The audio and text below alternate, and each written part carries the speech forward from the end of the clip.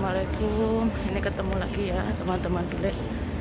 Ini mau sembahyang subuh ya.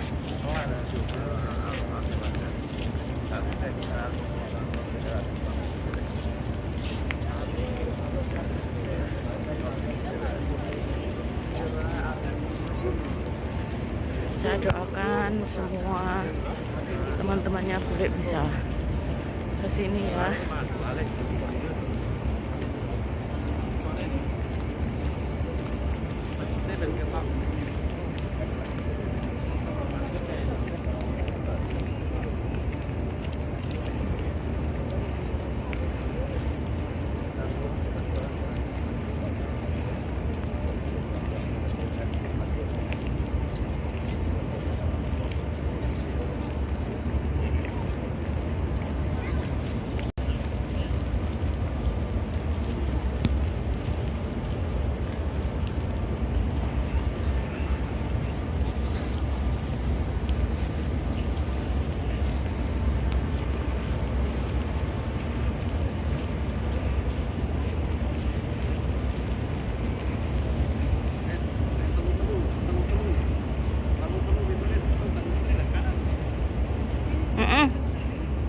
Kok ketemu nang kene ya?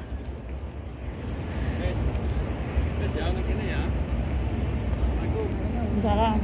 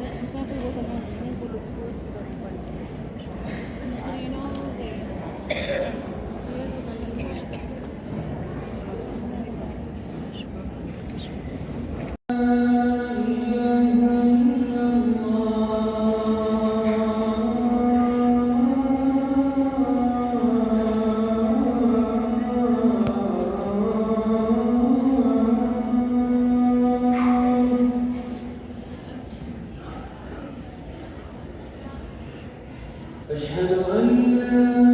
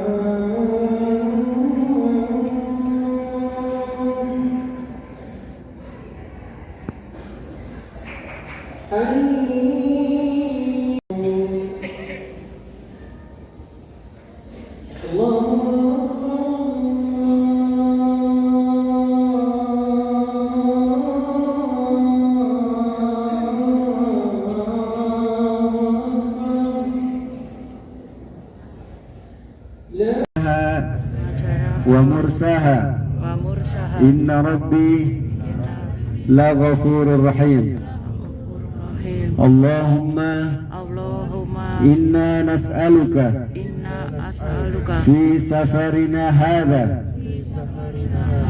البر والتقوى ومن العمل ما تحب وترضاه اللهم Allahumma هون علينا سفرنا هذا وأتوي عنا بعده.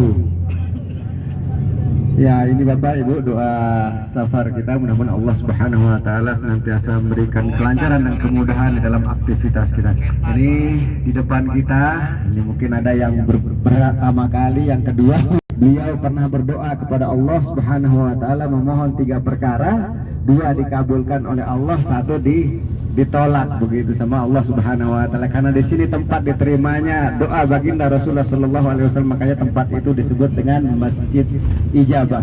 Ini sebenarnya kalau kita lihat di masjid di Madinah Al Munawwarah banyak sekali tempat-tempat yang tempat-tempat bersejarah yang berarti bahwa tetap mengaku Allah sebagai Tuhannya. Jadi tidak berkeming sedikit sahabat Bilal ini ya. Nah, ini salah satu masjid yang dibangun di masa baginda Rasulullah sallallahu alaihi wasallam disebut dengan Masjid Bilal. Nah, masjid tentunya pembangunannya sekarang ini sudah bangunan baru, meskipun tempatnya adalah tempat yang lama. Itu di lantai kedua musolanya, kemudian di lantai basementnya ada mallnya. Jadi kalau sudah melaksanakan sholat di sini, baru nanti belanja ke mallnya. Betul, biasanya jamaah reguler nanti ibadah yang jamaah kita, jamaah Indonesia yang melaksanakan.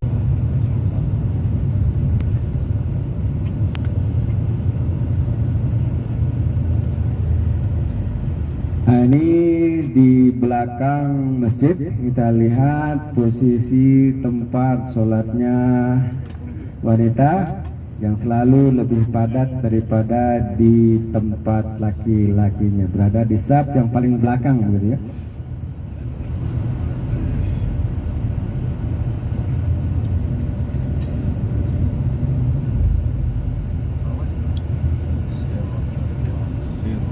Bisa parkir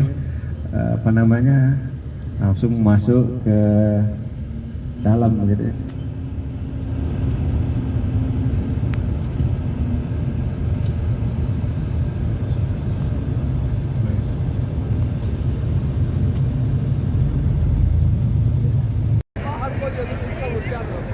ini Masjid Kuba, alhamdulillah sama Putri. Masjid Kuba Ya, alhamdulillah ya Bu. bersama Dian. Nah, ya ini sama cewek-cewek cantik ini. Cewek cantik, Ya. agak tua. Masih final semua. Alhamdulillah. Ayo Bapak yang sudah ada, ayo ke bis, ayo.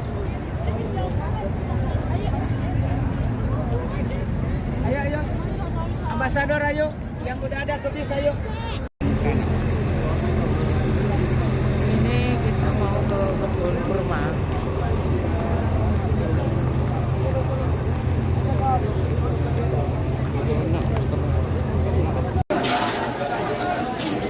Ya, suasananya. Allah. Dari Malaysia sepertinya. Boleh rasa begini. Yang awalnya di sini. Singapura. Oh, boleh. Travel apa gerangan? SG Travel. SG. Ini kalau mahasiswa yang awalnya sebelah sini. Boleh rasa dulu. Kabarkan beta tabal begini.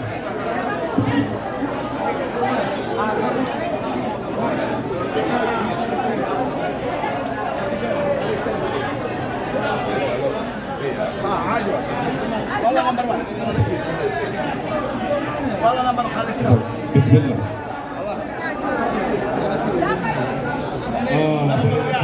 Mahasiswa yang awali, yang nomor 1, yang berada di Bukit Kerelai di dalam Madinah, mereka terutama 150 pertandingan, di sini 120 saja. Boleh rasa.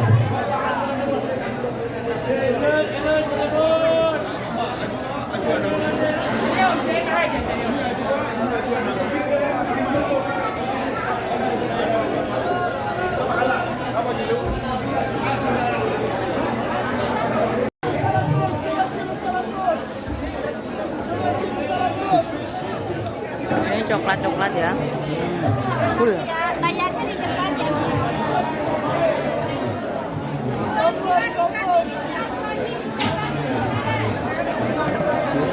Nah, ini sebuah tempat di mana dulu pernah terjadi peperangan yang sangat Menuju dahsyat ke antara orang Jabal musyrikin Uhud ya. Makkah yang datang jauh-jauh dari Makkah menuju Madinah Al-Munawwarah untuk memerangi kaum muslimin yang ada di Madinah ini. Bagi orang-orang Makkah, kafir Makkah khususnya, ini adalah merupakan peperangan balas dendam ya atas kekalahan mereka di pertempuran Badar. Badar ini di satu tempat yang posisinya jauh di antara Madinah dan Makkah Al-Mukarramah. Nah, disinilah Allah Subhanahu wa Ta'ala mempermalukan orang-orang Quraisy, ya, orang kafir Quraisy ketika itu yang jumlahnya selalu lebih banyak daripada pasukan kaum muslimin. Tapi dengan begitu Allah Subhanahu wa Ta'ala memberikan kemenangan yang luar biasa kepada pasukan kaum muslimin yang ketika itu dipimpin oleh baginda Rasulullah Sallallahu Alaihi Wasallam. Dan disitulah di Badar itu banyak pemimpin-pemimpin orang kafir Quraisy yang gugur, khususnya Abu Jahal, Abu Lahab dan Abu yang lainnya yang gugur di pertempuran Badar ya. Nah, disinilah orang-orang Makkah, orang kafir-kafir Quraisy ini begitu dendam begitu pada pasukan kaum muslimin, khususnya baginda Rasulullah Sallallahu Alaihi Wasallam. Mereka menantang kembali orang Muhajirin dan Ansor untuk berperang. Di samping itu juga Madinah ini adalah merupakan rute jalan perdagangan, rute perjalanan. Ini adalah bukit yang menyendiri barangkali dari bukit-bukit yang lainnya, tidak berlapis-lapis seperti bukit-bukit yang lainnya baik yang ada di Mekah ataupun di tempat-tempat yang lainnya. Tapi Uhud ini akan kelihatan seperti sebuah gunung yang menyendiri, makanya disebut dia dengan bukit Uhud, bukit yang menyendiri begitu ya. Nah, nanti di depan bukit Uhud itu ada sebuah bukit kecil yang disebut dengan Bukit Rumat atau Jabal Rumat, yang disebut dengan Jabal Rumat yang awalnya bernama Jabal Ainain begitu ya. Kemudian Rasulullah Shallallahu Alaihi Wasallam menempatkan pasukan pemanah di sana sebanyak 70 orang. Nah, dari kata-kata pemanah inilah kemudian lahir kata-kata Jabal Rumat, bukit pemanah. Karena baginda Rasulullah Shallallahu Alaihi Wasallam memerintahkan pasukan pemanah untuk berjaga sebagai benteng utama pertahanan kaum muslimin ketika itu, ketika terjadi sebenarnya benteng utama pasukan kaum muslimin ketika itu. Mereka tidak bisa menembus garis pertahanan kaum muslim kecuali dengan melewati bukit tersebut ya. Nah, inilah kemudian karena memang sudah apa yang digariskan oleh Allah begitu, karena memang kaum muslimin sudah harus kalah di sini. Nah, disitulah pasukan pemanah itu turun mengambil harta rampasan perang dengan tidak mengindahkan, tidak mendengar apa yang disampaikan oleh baginda Rasulullah Sallallahu Alaihi Wasallam. Jadi jauh sebelum terjadi pertempuran, Rasulullah memerintahkan 70 orang pasukan pemanah di atas bukit tersebut, jangan meninggalkan bukit, jangan meninggalkan pos penjagaan apapun yang kalian lihat terhadap kami yang ada di bawah. Sebelum ada perintah jangan meninggalkan bukit. Inilah pesan baginda Rasulullah Sallallahu Alaihi Wasallam. Nah, namun ketika pasukan pemanah ini tergiur dengan harta rampasan perang, turun dari bukit, sehingga pasukan Abu Sufyan yang ketika itu dipimpin pasukan berkudanya dipimpin oleh Khalid bin Walid berbalik dari arah belakang dan menyerang pasukan kaum muslimin. Nah, itulah ketika pasukan kaum muslimin kocar-kacir. Nah, itu Rasulullah Sallallahu Alaihi Wasallam beberapa orang sahabat menghindar ke atas sebuah bukit yang ada di depan kita, di arah menara di depannya. Nah, di situ ada sebuah bukit tempat bersembunyinya atau menyelamatkan diri pasukan kaum muslim yang ketika itu kocar-kacir. Rasulullah masuk ke dalam sebuah gua di sana ya, di sebuah gua. Sebenarnya gua di sini tidak seperti gua di Indonesia, ini adalah celah-celah bebatuan ya. Yang mungkin kalau masuk hanya bisa miring begitu ya di atas gua, ke dalam gua tersebut. Nah, disitulah baginda Rasulullah Sallallahu Alaihi Wasallam menghindari serangan kaum musyrikin ketika itu. Bukit dari bukit surga yang kelak akan diangkat oleh Allah Subhanahu wa Ta'ala ke dalam surga, yang tentunya melalui hadis-hadis baginda Rasulullah Sallallahu Alaihi Wasallam. Dalam sebuah riwayat disebutkan bahwa ketika baginda Rasulullah Sallallahu Alaihi